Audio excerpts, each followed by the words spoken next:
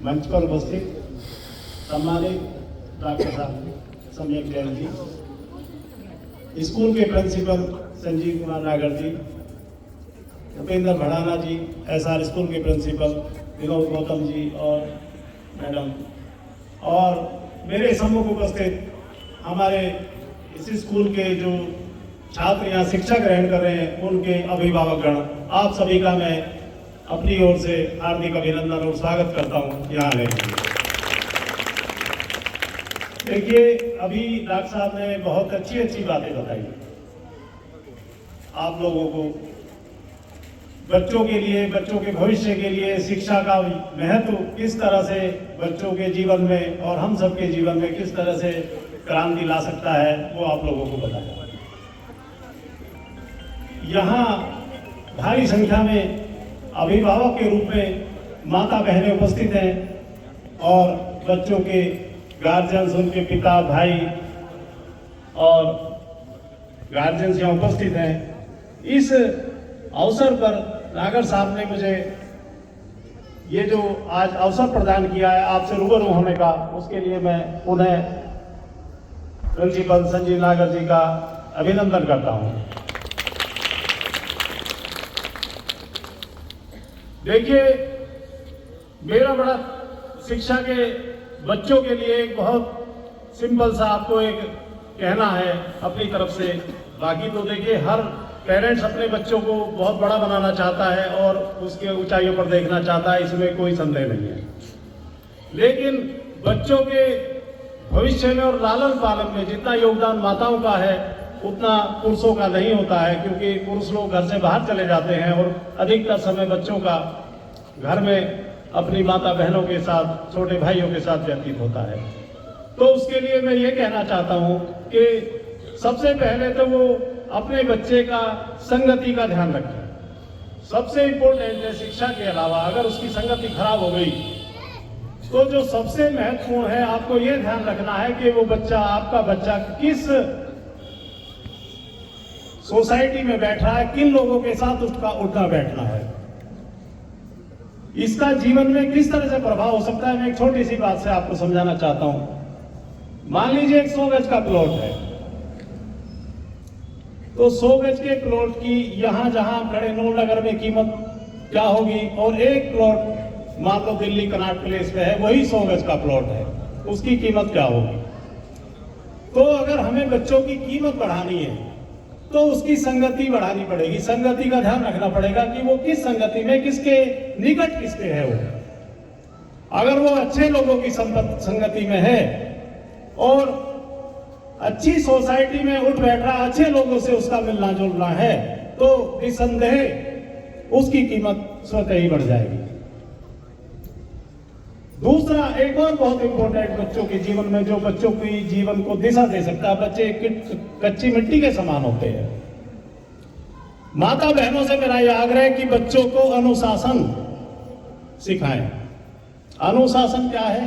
अनुशासन कहने में बड़ा भारी शब्द लगता है और लगता है कि पता नहीं अनुशासन के लिए क्या करना पड़ेगा। अनुशासन के लिए सिर्फ आपको अपने बच्चों को सिर्फ और सिर्फ एक छोटी सी बात बतानी है कि जब वो स्कूल से आए, अगर आपने माता बहनों ने उन्हें अपने ड्रेस, अपना बैग और अपने जूते उन्हें व्यवस्थित करना सिखा दिए, तो मैं आपको गारंटी देता हूं कि उसे जीवन में सफल होने से कोई नहीं रोक सकता।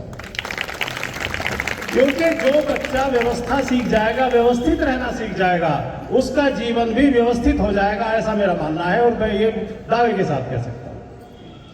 क्योंकि अगर आपका बच्चा व्यवस्थित है तो वो सारी चीजें व्यवस्थित रूप से करेगा और उसका जो जीवन है वो भी बिल्कुल एक सही दिशा में चला जाएगा। दूसरा जो डॉक्टर साहब ने एक बात बताई कि शिक्षा, देखिए बहुत जरूरी है, लेकिन शिक्षा के लिए बच्चों को क्या करना है और आपका क्या योगदान उसके लिए हो सकता है। हम लोग ये सोच लेते हैं कि हमने उसका किसी ट्यूटर को लगा दिया और वो बच्चा हमारा अपना पढ़ लेगा। लेकिन जैसा डॉक्टर साहब ने बताया, मैं आपकी बात से सहमत हो जाऊंगा। पुनः आपको यही आग्रह करना चाहूंगा कि बच्चे की जो रुचि है वो क्या करना चाहता है, आप उस पर अपनी इच्छा ना थोपें। और आपके बच्चे में हर बच्चा ऊपर से भगवान ने, खुदा ने पैदा किया, उसमें कोई ना कोई गुण देकर भेजा है। हर इंसान गुणवान है, ऐसा मेरा मानना है। लेकिन उस गुण को पहचान कर उस बच्चे को उस दिशा में प्रेरित करना, उसे सहयोग करना हमारा परम कर्तव्य बन जाता है। उसमें हमारे शिक्षक भी आते हैं, हमारे पेरेंट्स भी आते हैं, हमारी सोसाइटी भी आती है। इसके अलावा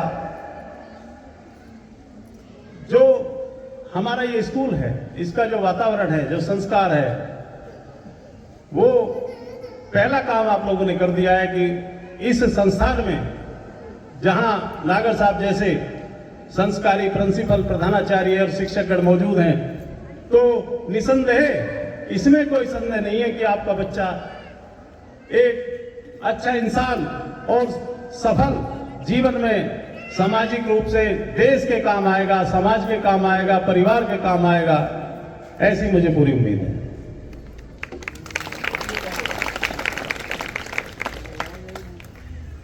जहां तक डॉक्टर साहब ने कहा कि कानून की बात, देखिए यहां बच्चों को हमें संस्कारी बनाना है, उन्हें शिक्षित करने का उद्देश्य हमारा है।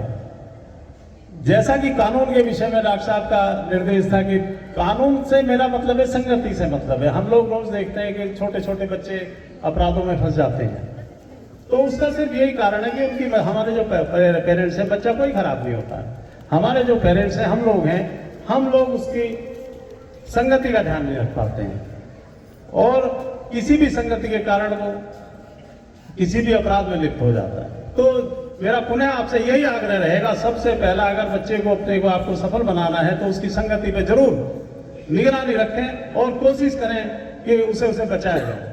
और अगर आपने उसे बचा लिया और एक अच्छी संगति में उसे डाल दिया, तो कोई ऐसा कारण नहीं है कि वो अपने जीवन को संस्कारवान और सफल ना बना सके। अंत में मैं आप लोगों से इतना ही कहना चाहूंगा और हमारे प्यारे बच्चों को मैं यही संस्कार देना चाहूंगा कि वो खूब मन लगाकर अपने आप को शिक्षित के साथ साथ किसी भी क्षेत्र में आपको एक्सपर्ट बनाना पड़ेगा। अगर आप में एक्सपर्टीज नहीं है किसी भी क्षेत्र में, किसी भी काम में आप हैं, चाहे वे वकील हो या आप डॉक्टर हैं या आप शिक्षक हैं, जिस भी कार्य को आप करें, या एक आप मिस्त्री हैं या एक आप कारीगर हैं, अगर आप उस क्षेत्र के एक्सपर्ट नहीं हैं तो आप सफल नहीं हो सकते। केवल और केवल शिक्षा ग्रहण करने से आपका जीवन पूर्ण रूप से सफल नहीं हो सकता, जब तक आप उस क्षेत्र की जो भी योग्यता है उसे पूर्ण रूप से लगातार प्राप्त करने का प्रयास करते हैं। ऐसे ही शिक्षा है, शिक्षा में आप लगातार अपने बच्चों को बर्डन ना डालें कि वो लगातार पढ़ता ही रहे, लेकिन उसे पढ़ने की आदत जरूर डालें, मेरा ये कहना।